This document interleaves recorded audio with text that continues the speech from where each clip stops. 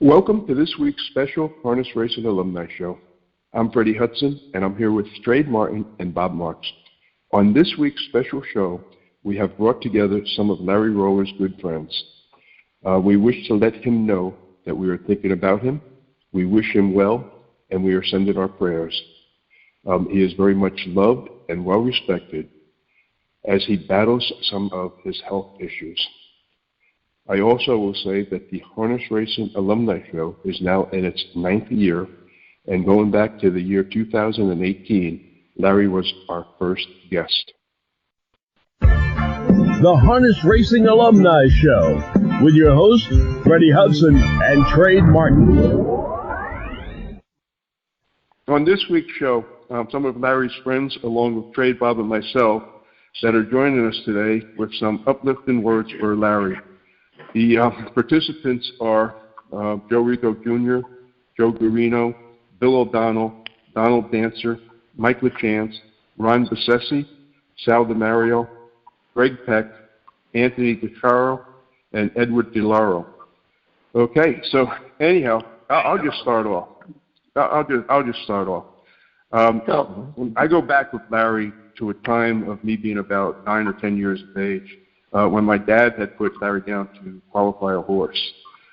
This is when Larry was going for his driver's license, and this was over at Roosevelt. And I just ran across this horse by accident. The horse's name was called Jonathan, and the horse could fish around 2:11. But I want Larry to know that he is very, very much loved and well respected in the sport of harness racing, and he is very, very much loved by many. Now, I'm just going to go over, and Greg, I'm going to go to you first. I knew that would be the case, but I was ready for that. Well, what can you say but Larry at his age, it's his attitude. I mean, he just has, he thinks like he's 50, 60 years younger. Think about all the things that he has on the go. You know, he's talking about a book, he's talking about a television show, he's talking about what we'll call a cool cap. But what's very nice about Larry, he's always the same. And every time I talk to him, he's patient, he's likable, he's caring. And, we all love him, and we all hope that he'll do well. And if anybody could beat this, he'd be the one. Okay. That's true. Sal DeMario. I've known Larry a while. I actually knew his brother Peter before I knew him because Peter raced in Delaware when I was down there. And like Greg just said, Larry's an amazing person. He has energy that is unbelievable. He's constantly thinking positively about what he can do to help horses and people. He's always been someone who's helped people. So, as you said, if anybody can beat this, it'll be him. I wish him the best and hope that he has a speedy recovery because he's got a lot more he wants to do. He's involved in possibly a movie, TV series, in Hollywood. And I know there's a lot of things he wants to get done, and I hope he's able to do them. Ron Vercesi, Woodbury. Oh, hi, everyone. I was at Roosevelt Raceway for a good part of 30 years. I really didn't have much contact with Larry because he was up at Monticello most of the time. But I happened to meet him at Lou Martinez's house one day, very briefly to say hello, and that was it. When he started his podcast, I remembered him, and I called him. He answered the phone, and he remembered me immediately. I met him in New Jersey at an Italian restaurant, and we started talking and became friends. What strikes me most about Larry is his unbelievable knowledge of horses. You can ask him a question. He can answer that question very definitively without hesitating in any way, shape, or form. Unfortunately, certain circumstances got in his way But I think today, if it hadn't, he would be right up there with the top ones, and certainly he would probably be in the Hall of Fame. He also has an unbelievable, as everyone knows, a great instinct for survival, and he's displaying that right now. I'd like to wish him the best of luck in what he does, and hopefully he'll be around for many more years. And I think it's great that he has all these people and acquaintances and friends that are on this program today. Thank you. Oh, thank you. Donald Dancer. Yeah, I'd say that Larry has done so much for the sport, especially these last few years with his podcasts, and tried to put an uplight on the business and the horsemen and the horses that are involved, and kind of bringing light to what's going on in the sport. And definitely was his experience that he's had. I mean, he was a very talented horseman. There's no question about that. And his instincts about horses and seeing things that other people didn't see. And he's definitely a person that's got courage. I mean, he was talking about a horse that he got from my father at one time, that the horse went to Ronnie Gerfine. Ronnie Gerfine got the horse, and then Larry, not knowing, Gerfine asked him to drive the horse, and he had fell with my father in a race at Freehold and broke my dad's leg, Vernon Dancer. And he drove the horse, and they ended up winning a stake race with him, a New Jersey Sire Stake. So, I mean, you know, the man's got courage. There's no question about that. And unfortunately, it sounds like he's going to need it for what he's going to go for. But if anybody can certainly overcome things, I'm sure it's him. And I can wish him the best, and I hope that he recovers and he gets back and able to complete a lot of the things that he wants to do. Okay. Bill O'Donnell. Hi, thanks, Fred. Yeah, I met Larry in 1980. I heard about him. His reputation preceded him, but he was training horses for Mr. Case, and so was I. He was in Monticello, and I was at Roosevelt. It was the year that John Chapman died, and all the horses were kind of just turned out. And he sent me horse after horse after horse, and these are horses that hadn't done any good at Roosevelt, and he sent them to Larry, and he patched them up and brought them down. And one horse, Viking Dart, he was wasn't Viking Dart, something Dart. But anyway, an old trotter, kicked around, and before he was done in the fall, he was in the Open at Roosevelt and Yonkers. So a great horseman, great attitude, and I raced some Big Willie horses for him later on at the Meadowlands, and always was friends with Larry. Great attitude, a very good horseman, like Ronnie just said there. That hadn't he kind of taken the path he took for a while, that he probably would have been in the Hall of Fame. And this thing he's going through, if anybody can overcome it, he can with his attitude. And they claim this sickness is a big part of his attitude. So anyway, onward and upward, Larry. We're all rooting for you. All right. Trade Martin. Yeah, listen, he's really a great guy and a great horseman. He still has my best veterinary book that he borrowed from me. Can't find it. Years ago in Monticello, I lent it to him, and I mean, he loves veterinary stuff because he was always with the veterinarian at all the tracks. He was right next to the vet all the time. He was always used to help the vet. He used to do, chiro with the vet and all different kinds of stuff. But he's just a really special individual. The way his condition just happened was about a year or so ago, or a little over a year. He was coming to see me at a performance at a nightclub, a charity performance. He was coming up to see me, and then suddenly he had to go to the hospital because they found a mass in his colon. And that's when this whole thing first started. He went into the hospital, and of course he couldn't make it up to see me, and he got it taken out. But I thought they had this under control, and I guess they just let it go, or he just let it go. I mean, he should have gone to Sloan Kettering immediately if it was a cancer situation. That's what my doctor told me when I had a an elevation in my prostate. He says, just go right to Sloan Kettering. But listen, I hope he beats this thing, and God bless him. He's a great guy. And I got one more story to tell you. I'm not going to tell it till the end. Go to a couple of the other guys, and I got a really funny. Well, it's kind of a funny story. I'm going to tell you at the end of the broadcast about him. Nope. Okay. Who just joined us? Joe Guarino here. How you doing? Hey, Joe. Hey, Joe. Okay. Hi, Joe. Okay, Joe. Joe, you're up.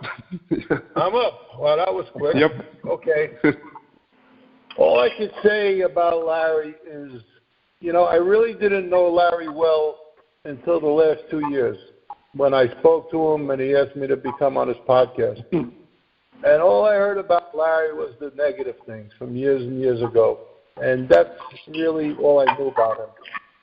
But when I met Larry and got very, very close with him, Larry's a great guy. He's just he's a unique guy. He's unbelievable. He has a great memory. He's a great horseman. He has great stories. And he's really a good-hearted man. And all the negativity that people are talking is terrible. He's the kind of guy that I understand. I had the same prediction that Larry had. I used to bet the same kind of numbers Larry bet. I never had no cement. I was never stood in a bucket with cement, but I had guns to my head 3 times. And I know the feeling. And somehow you have to get that money. So whatever we had to do, we do.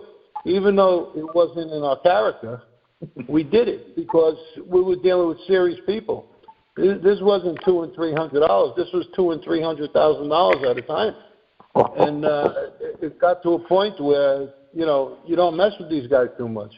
And you never want to miss the next week of action. And you never want to look weak. So you did whatever you had to do to get the money. But all I could tell you is Larry is just a warm, generous man. I wish I met him years ago. I could hang out with Larry all the time. We both love music. We both love the horses. And you couldn't ask for a better guy. I mean, his history and his reputation, if you never got to know him, you're going to believe that. But that's way off of what Larry was. Just a good man, and I wish him all the best. He got some good news. I was so happy.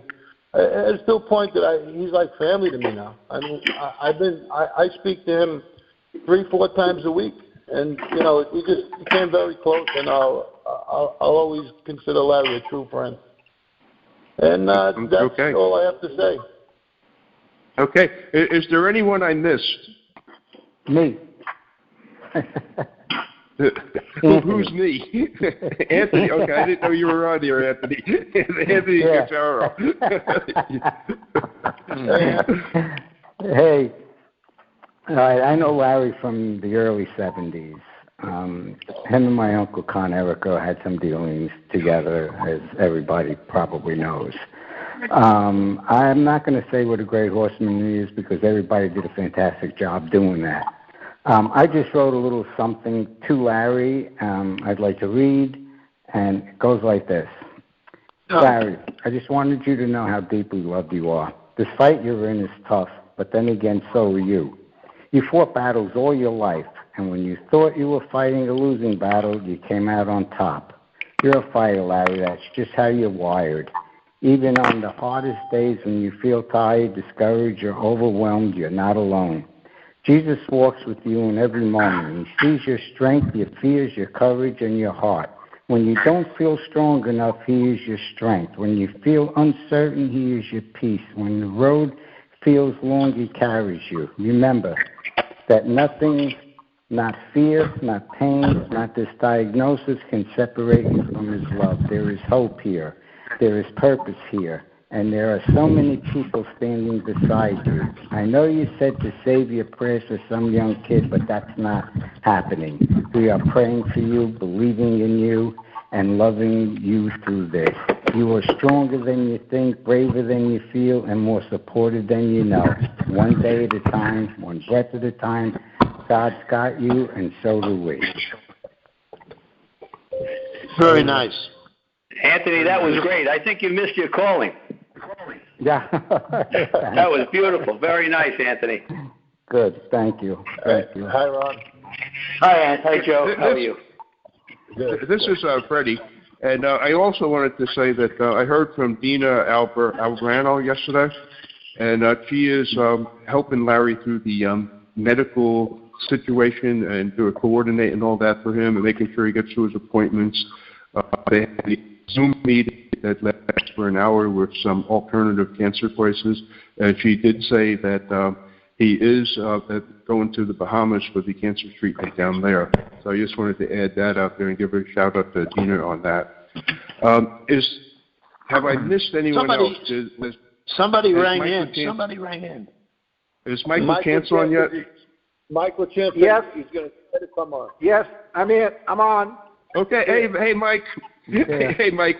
You've probably missed the show. So you're on with Joe Guarino, Bill O'Donnell, Donald Dancer, Ron Vercesi, Sal DeMario, Greg Peck, Anthony DeChiaro, and myself and Trade Martin.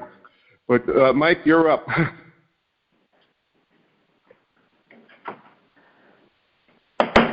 Go ahead, Mike. Yes.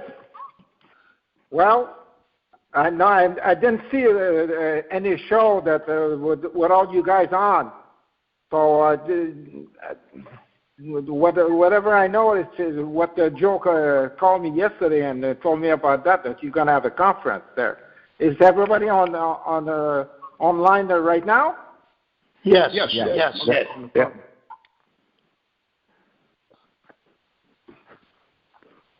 We were just kind of wishing Larry. We're just wishing Larry some good messages, Mike. Well, you know, I know Larry for 55 years, and I didn't drive horses as many. Some of you guys, like you, Billy, you race with him more often than me. But he's been my friend and a stand-up guy for all those years. And it was always a pleasure when you see Larry. Whatever you see him or you meet him somewhere, always like a very friendly guy and a stand-up guy, and he would do anything to help somebody. It's true. Very true. Yeah, exactly. Yeah. Yep. That's how he is. Well, we all wish him the best. Yep. Trade, you said that you had something to add? Yeah, I wanted to mention a little funny story about Larry and I up in Monticello in the early 70s. I had a drummer, my drummer, he's a great guy. He passed away now, but he was dying to own a horse.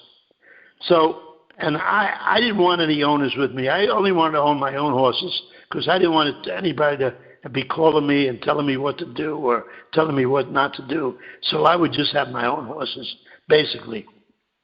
But my friend Don wanted to own a horse.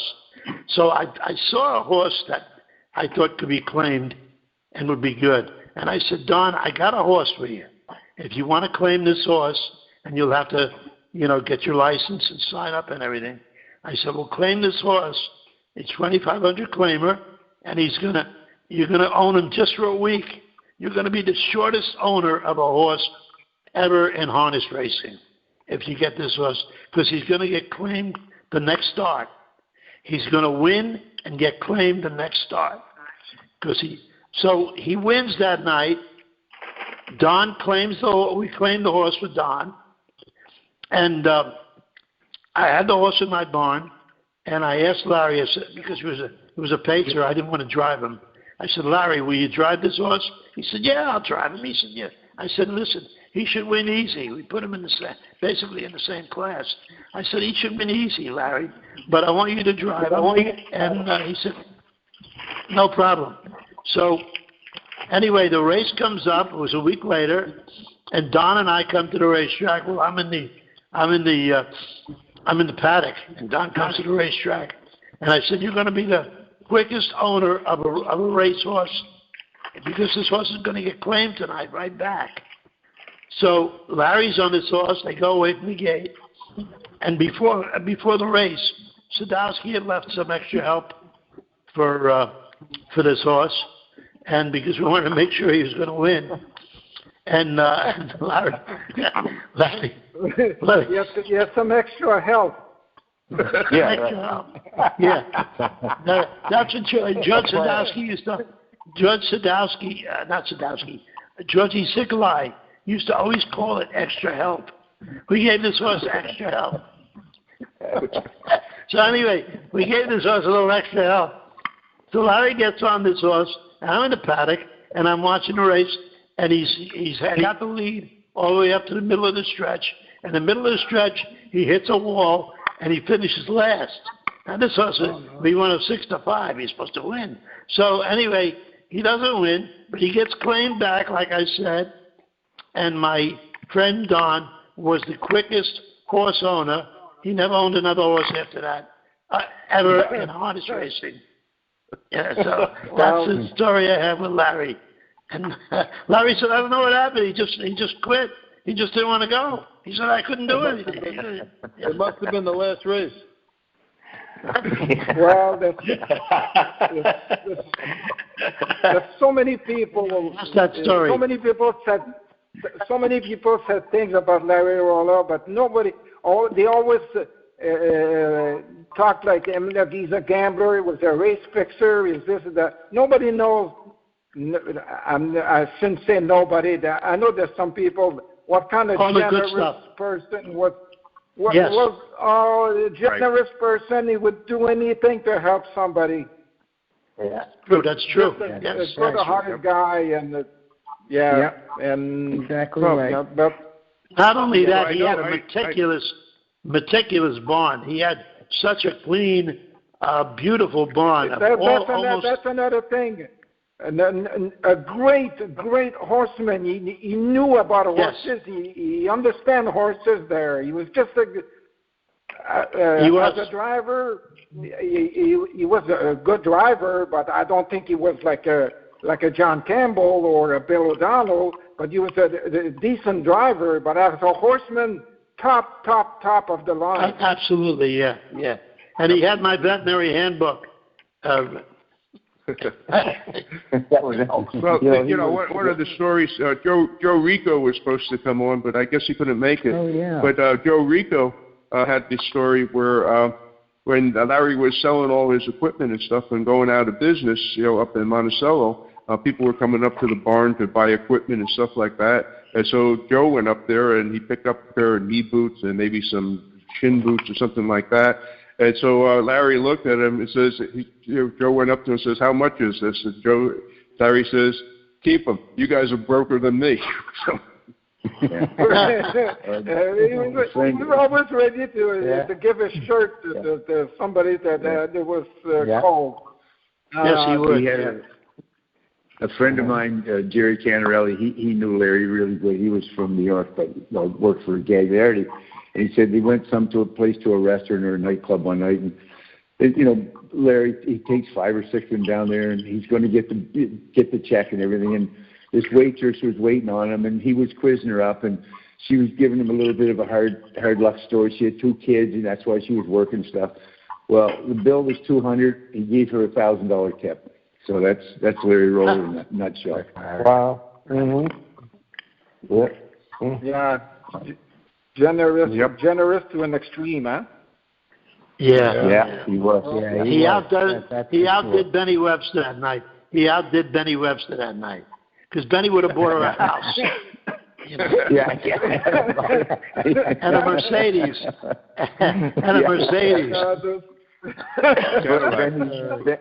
Benny's wife drove an old '75 Chevy with the roof half torn off, and his girlfriend had a new Cadillac.